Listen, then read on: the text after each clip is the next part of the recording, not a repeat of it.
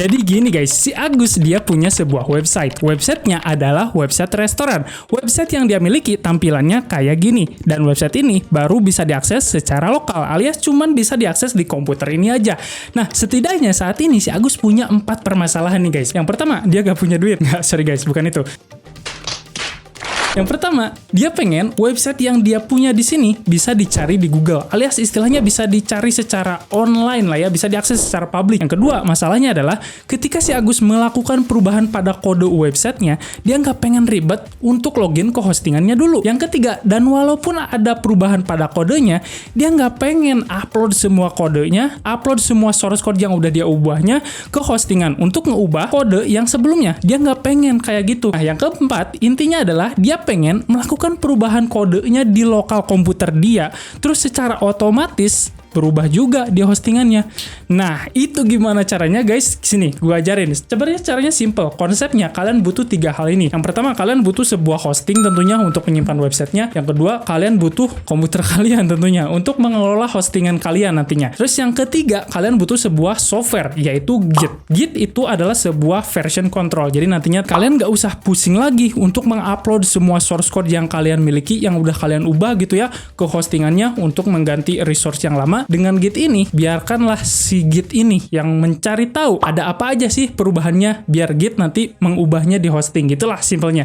Jadi buat teman-teman yang masih pemula nggak usah khawatir, karena di sini gue buat tutorial yang compatible buat pemula. Nah, ngomong-ngomong soal hosting, di sini gue merekomendasikan sebuah hosting yang udah gue pakai selama 3 tahun belakangan ini dan nggak terlalu ada banyak masalah guys. Dan walaupun ada masalah, biasanya gue tinggal kontak aja tim supportnya, karena selalu siap sedia selama 24 jam. Dan biasanya ketika gue chat itu tuh ngebales kurang lebih di antara waktu 5-7 menit. Jadi sangat-sangat gercep.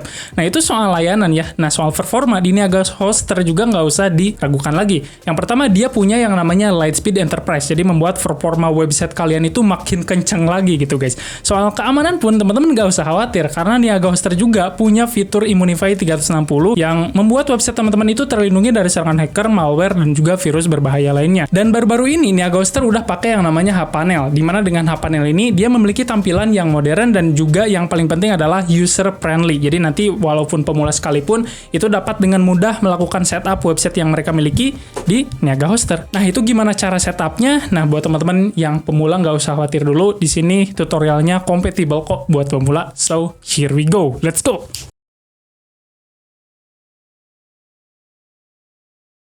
Oke, teman-teman, langsung saja gimana cara setup website kita yang kita miliki di sini. Ini adalah website restorannya ya. Oh ya, buat teman-teman yang pengen template-nya, silakan lihat aja linknya ada di deskripsi video di bawah. Kalian boleh download juga ya. Kalau misalkan teman-teman pengen edit-edit template-nya nih, boleh silakan. Oke, kita masuk ke step yang pertama. Jadi step yang pertama yang harus kalian persiapkan adalah install dulu Git. Nah, teman-teman boleh kunjungi aja websitenya, itu ada di git-scm.com. Nah, ini kalian silakan pergi ke bagian downloads. Terus pilih mau sistem operasinya yang mana. Nah, di sini gue menggunakan Windows. Silakan kalian yang mau pakai Mac atau Linux boleh pilih versi yang sesuai aja. Nah, karena di sini gue udah download, gue simpennya di local disk C. Nah, tinggal kalian double klik aja kalau misalkan udah download. Nah, nanti di sini kalian akan muncul pop-up box kayak gitu. Tinggal diklik yes saja. Nah, di instalasi Git ini sebenarnya simple ya, teman-teman, buat pemula terutama. Kalau misalkan teman-teman belum ngerti konfigurasinya, ini tinggal di next, install. Udah, sebenarnya gitu. Sesimpel itu cara install Git, teman-teman. Ditunggu aja sampai proses instalasi Git-nya selesai. Ini nggak terlalu memakan banyak waktu, jadi ditunggu aja. Oke, sip, teman-teman. Instalasi Git-nya udah berhasil. Di sini gua ada di versi 2.4.2 ya. Ini teman-teman boleh uncentang aja semuanya supaya langsung finish. Nah, untuk mengecek apakah proses instalasi Git-nya selesai atau berhasil atau enggak, teman-teman tinggal klik kanan aja. Nah, di sini kalau misalkan ada Open Git GUI here atau Open Git Bash here, itu artinya kita udah berhasil menginstal Git-nya. Sip, langkah pertama udah berhasil kita buat. Selanjutnya kita butuh sebuah hosting. Nah, di sini gue menggunakan layanan hosting dari Niaga Hoster. Sebenarnya di sini di Niaga Hoster ada banyak sekali pilihan hostingnya ya.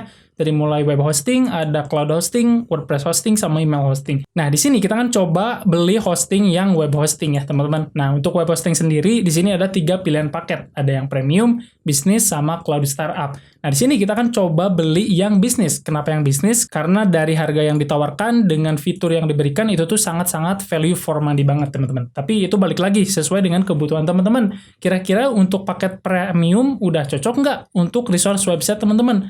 Atau paket bisnis udah cocok nggak gitu ya, jadi tinggal disesuaikan aja sebenarnya. Nah, di sini kita akan pakai yang best seller aja, yaitu paket bisnis, karena dia punya diskon 62%, dan nanti gua akan kasih penawaran spesial lagi, gua akan kasih diskon lagi ya teman-teman. Nah, kita akan coba pilih paket yang bisnis ya, teman-teman. Nah, di sini ada 3 langkah mudah untuk membeli paket ini ya, Ghoster. Yang pertama, pilih dulu durasi paketnya, mau yang sebulan, 12 bulan, 24 bulan, atau misalkan teman-teman pengen yang lebih hemat sekaligus, ya udah, beli aja yang 48 bulan. Ini sekali lagi sesuai preferensi teman-teman ya. Disesuaikan aja dengan kebutuhan teman-teman. Kita akan coba yang 48 bulan atau yang 24 bulan dulu deh ya, misalkan nyobain dulu. Nah, selanjutnya teman-teman bisa buat akun ya, bisa pakai email atau login menggunakan Facebook dan juga Google. Untuk metode pembayarannya pun di sini sangat lengkap banget, dari mulai kartu kredit hingga ke e-wallet juga ada, kayak Kris, GoPay, OVO, Indomaret, Alfamart. Sesuaikan aja dengan yang kalian inginkan. Nah, selanjutnya di sini gue akan kasih penawaran spesial nih teman-teman. Kalau misalkan teman-teman klik link yang ada di deskripsi video di bawah, itu tuh akan mengaktifkan kode kupon Creative Academy, di mana kalian akan mendapatkan diskon tambahan sebesar 10%. Gimana cara pakainya, Bang? Nah, kalau misalkan teman-teman udah klik linknya, terus kalian tinggal klik aja punya kode kupon, masukin kode kuponnya Creative Academy. Kayak gini, tinggal tambahkan. Tunggu sampai pengecekan kode kuponnya aktif. Bam, kalian mendapatkan diskon tambahan sebesar 10%. Nah, kalau misalkan udah gini, kalian bisa masukin dulu identitas kalian di sini, terus tinggal check out aja. Nah, setelah teman-teman check out, terus melakukan pembayaran, silakan teman-teman login dulu ke hub-panelnya Niaga Hoster. Setelah login di bagian home ini, teman-teman bakalan melihat ada layanan yang udah teman-teman beli. Ini kebetulan di sini gue udah punya 2 hosting gitu ya, ada bisnis web hosting sama si panel hosting. Nah, di sini kita akan coba setup nih. Gimana caranya supaya website lokal kita ini bisa dicari di Google atau bisa diakses secara publik lah istilahnya. Nah, terus gimana caranya supaya kita melakukan perubahannya itu di lokal komputer kita, tapi akan otomatis berubah juga nanti di hostingannya di sininya, tanpa harus kita login dulu ke hostingan ini gitu guys. Nah, itu gimana caranya? Langsung saja kita eksekusi. Nah, sebenarnya di sini gue udah punya sebuah website ya, itu nama domainnya creativeacademyid.com. Nah, yang ini kalau misalnya kita coba buka gitu ya. Nah, ini kalau misalkan teman-teman pertama kali beli, seharusnya teman-teman ini masih blank atau belum ada website apapun. Nah, sebenarnya gue udah punya nih sebenarnya websitenya itu untuk website portofolio. Ini website atau domain utama gue dipakai buat website portofolio. Nah, tapi di sini gue nggak pengen ubah nih website portofolio gue tersayang ini. Gue nggak pengen ubah atau nggak pengen timpa sama website yang ini. Tapi gue pengen kayak punya 2 buah website tapi dalam satu hostingan. Tapi gue nggak mau beli nama domain lain. Nah, jadi nanti gue bakalan bikin kayak gini. Di belakangnya, gue tuh pengen jadi creativeacademyid.com. Jadi ada kayak subdomainnya gitu guys. Nah, itu gimana caranya? Kita langsung bikin dulu subdomain. Tapi buat teman-teman yang pengen bikin domain utamanya itu dibuat untuk website utama teman-teman gitu ya. Nah, ini boleh skip aja step yang ini. Oke, ini buat teman-teman yang pengen bikin subdomain. Oke, kita kembali ke hub panelnya Niaga Hoster. Ini tampilannya cukup lumayan modern dan juga ramah untuk pemula gitu ya. Nah, kita pergi ke bagian manage ini. Di dashboard ini, teman-teman boleh scroll ke bawah. Nah, di sini ada yang namanya domains. Teman-teman boleh klik. Ini untuk membuat subdomain ya, teman-teman. Caranya gampang banget. Nah, yang pertama, di sini teman-teman tinggal create a new domain. Lihat nih, teman-teman. Sebenarnya di sini gue udah punya beberapa subdomain ya. Ini website utama gue atau main domain gue.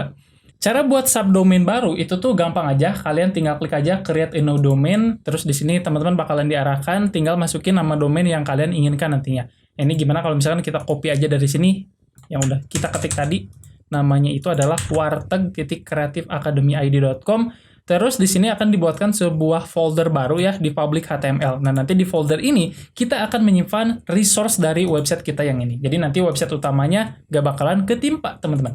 Nah, kalau misalkan udah tinggal disubmit aja, tunggu sampai proses pembuatan subdomainnya selesai. Ini nggak terlalu makan banyak waktu, biasanya cuma 20 detik tuh, kan udah beres juga. Oke. Nah, kalau misalkan udah, ini tuh, lihat teman-teman, ada ya, Warteg. Kalau misalkan kita klik, seharusnya di sini masih error karena kita belum punya apapun di dalam foldernya. Ini kalau misalnya kita klik yang ini nih, klik, nah di sini tuh belum ada folder apapun. Nah ini teman-teman bisa lihat di dalam folder public HTML, di sini ada dibuatkan sebuah folder baru, namanya itu adalah warteg. Nah ini, warteg.creativeacademyid.com. Si pembuatan subdomain udah selesai, selanjutnya kita akan buat yang namanya SSH key. Kalian balik lagi ke hPanel di sini, jadi nanti SSH ini gunanya untuk supaya komputer lokal kita yang ini bisa kelola resource yang ada di hostingannya gitu guys. Caranya gampang aja, kalian pergi ke hPanelnya lagi, terus di sini ada SSH and Automation, tinggal diklik aja. Nah, pastikan di sini SSH-nya enable ya, teman-teman. Jadi supaya mengizinkan gitu untuk mengakses resource yang ada di hostingnya menggunakan lokal komputer kita. Nah, teman-teman pergi ke bagian manage gitu ya, di bagian Git version control, karena tadi kita akan menggunakan Git untuk mengupload resource yang kita miliki di sini. Jadi kita nggak bakalan upload secara manual kayak gini kan, biasanya kita upload di sini kan. Tapi kalau misalkan upload di sini itu biasanya ribetnya gitu ya. Kalau misalkan ada perubahan, kita harus hapus semuanya terus timpa sama yang baru. Nah, di sini kita enggak. Kita editnya nanti di lokal komputer biasa, terus kita push. Nah, pushnya ke hosting ini. Jadi nanti akan otomatis website utamanya akan berubah gitu. Nah, nanti kita coba contohin lah ya. Kalau misalkan cuma omongan doang mah cuma ribet teori doang. Oke, selanjutnya. Tadi baru sampai mana guys? Oh, ini ya. Teman-teman boleh klik manage, nah nanti bakalan masuk ke manage yang ini, tinggal create aja. Ini kita akan buat sebuah repository. Nah, clone repositorinya kita boleh hilangkan atau centang ke sebelah kiri, slide ke sebelah kiri. Terus di sini ada repository path. Jadi di mana letak folder repo-nya. Nah, kita tadi kan udah buat subdomain ya. Subdomain itu letaknya ada di public HTML / tadi namanya apa? Warteg. Nah, yang ini, warteg.creativeacademy.com. Tinggal diklik. Nah, terus di sini ada repository name-nya, alias nama reponya mau apa. Nah, kita biar gak bingung, bikin aja warteg aja gitu ya. Nah, warteg. Terus kita tinggal create aja. Tunggu sampai seperti ini. Nah, di sini sebenarnya ada dua nih, teman-teman. Yang pertama kita sebelumnya udah punya project baru yang ingin kita upload ke hostingnya, atau kita pengen buat sebuah, project baru. Nah, karena di sini kita tahu kita tuh udah punya sebuah website gitu ya yang menampilkan halaman website ini di lokal. Jadi kita pilihnya step yang atas. Yang atas mana tadi? Yang ini. Nah, kita pakainya nanti yang ini. Nah, caranya gampang aja. Kalian balik ke sini di mana resource website kalian berada. Terus kita akan konfigurasi Git dulu secara global. Caranya teman-teman tinggal klik kanan terus Git bash here. Nah, yang pertama, teman-teman bisa ketik katanya git config --global user.name, masukin nama kalian. Misalkan di sini Agus gitu ya. Tinggal enter. Kita git config lagi kayak gini, --global kayak gini, terus user.email. Kita kasih email kita, agus.sugandi@gmail.com. Ini kayak login dulu lah ya istilahnya. Nah, kalau misalnya udah gitu kita git init kayak gini, enter. Terus kita git add, titik. Ini tuh untuk ngecek di dalam project kita ada yang berubah nggak gitu ya. Nanti ini berfungsi buat ngecek kira-kira di index misalkan ya, kita udah melakukan perubahan di index. Si Git ngecek ada perubahan nggak gitu ya di dalam semua project ini. Itulah nanti kita jelasin lebih jauh. Terus git add, terus kita git commit. Nah, git commit ini maksudnya kayak memberi pesan apa sih yang udah kita ubah gitu ya. Misalkan buat project baru kayak gini, tinggal tekan enter. Oke, selanjutnya kita balik lagi ke cPanel-nya. Di sini ada yang atas nih, git remote add origin. Ini boleh teman-teman copy. Mana copy? Copy, tinggal balik ke sini, klik kanan, paste, enter. Nah, kalau misalkan udah, kita balik lagi ke sini. Mana guys? Nah, tinggal kita git push origin master. Kita balik lagi ke gitnya ke sini. Tinggal ketik aja git push origin master. Git push -u, enter. Yes, tekan enter. Nah, kalau misalkan kayak gini, kita coba lihat katanya ya, please make sure you have the correct access right. Nah, artinya di sini kita belum punya akses ke hostingan yang kita miliki. Cara supaya kita bisa punya aksesnya untuk mengupload file yang kita punya di sini ke dalam hostingannya yang ini. Nah, yang ini kan kalau kita refresh harusnya belum muncul karena kan tadi kita belum punya akses. Nah, supaya bisa dapat aksesnya, teman-teman balik lagi ke panelnya Niaga Hoster. Di bagian SSH ini, teman-teman klik Manage SSH Key. Kita akan generate SSH dulu. Kita akan berikan izin dulu komputer kita yang ini supaya bisa akses ke hostingannya. Nah, di sini teman-teman tinggal klik aja Manage SSH Key. Terus di sini tinggal Import Key. Di sini ada dua POM. Tinggal pilih salah satu aja, mau pilih yang ini, yang public atau yang private. Kita pilihnya yang ini aja. Oh, yang private maksudnya, sorry. Ini private, ini public. Kita akan pilih yang ini. Nah, cara generate SSH-nya di mana? Ya, teman-teman, kalau pengguna Windows, boleh tekan aja Windows R. Nanti akan ada muncul run kayak gini ya. Tinggal ketik aja PowerShell. Itu tuh untuk membuka terminal PowerShell-nya. Nah, nanti terbuka kayak gini. Selanjutnya, kita akan coba generate SSH-nya. Caranya, teman-teman ketik aja SSH -keygen kayak gini, -t rsa -b 4096 -c. Terus di sini masukin email kalian, agus.sugandi95@gmail.com. Enter. Nah, ini teman-teman kalau misalkan teman-teman pengen pindahin file SSH-nya di mana, nanti masukin aja di sini. Kalau misalkan pengen default, simpan aja di sini. Jadi tekan enter aja. Di sini juga sama. Mana guys? Nah, ini tinggal tekan enter aja. Nah, kalau misalkan udah berhasil nanti kayak gini. Ini artinya kita udah berhasil menggenerate SSH key. Nah, ini filenya dapatnya dari mana gitu ya. Nah, teman-teman boleh buka Explorer dengan cara Windows E. Nah, nanti bakalan terbuka Explorer kayak gini, pergi ke C. Nah, itu nanti file SSH-nya biasanya disimpan di user, terus ada Creative Academy, ini biasanya nama komputer kalian ya. Terus pergi ke folder .SSH, nah ini adalah SSH kalian. Nah, cara bukanya gimana? Nah, biasanya gue langsung aja pakai terminal di sini. Caranya teman-teman tinggal ketik aja type .ssh, ini maksudnya masuk dulu ke folder SSH, terus munculin id_rsa .pub, enter. Nah, nanti bakalan langsung muncul tuh kode SSH kalian. Tinggal kalian copy kayak gini, pergi ke sini ke SSH access ya, terus masukin di sini. Bam. Nah, tinggal kasih nama SSH-nya. Misalkan kita kasih nama untuk SSH ini warteg deh. Warteg gitu ya. Nah, tinggal kita import. Nah, kalau misalkan udah berhasil kayak gini, tinggal kita back to manage key. Di sini teman-teman bisa lihat di public key ada yang namanya warteg dan dia itu masih not authorized. Kita kasih manage dulu, terus kita klik authorize. Sip, tinggal kita go back. Nah, seharusnya kita udah punya akses untuk mengakses folder yang kita miliki di sini. Repo yang kita miliki di hostingannya. Caranya teman-teman balik lagi ke Git-nya. Nih, kita coba Git push lagi. Bam, sekarang udah berhasil dan punya akses. Nah, kalau misalkan udah kayak gini, kalau kita balik lagi ke file manajernya, kita coba refresh, kita coba lihat. Nah, sekarang di dalam foldernya udah masuk tuh file-file yang kita miliki di sini, udah masuk ke sini. Dan kita akan coba apakah domainnya udah jalan atau belum. Ini kita coba refresh dulu. Nah, ini di sini ada force HTTP redirect, teman-teman boleh centang ke on aja, jadi nanti walaupun ada user yang akses HTTP bukan HTTPS akan langsung di redirect ke HTTPS. Nah, ini coba kita klik subdomainnya apakah udah jalan. Boom, jalan guys. Nah, selanjutnya problemnya gimana kalau misalkan kita ada perubahan. Misalkan kita pengen ubah nih tagline-nya. Nah, itu gampang aja. Nanti kita ubahnya itu di lokal dulu kayak gini.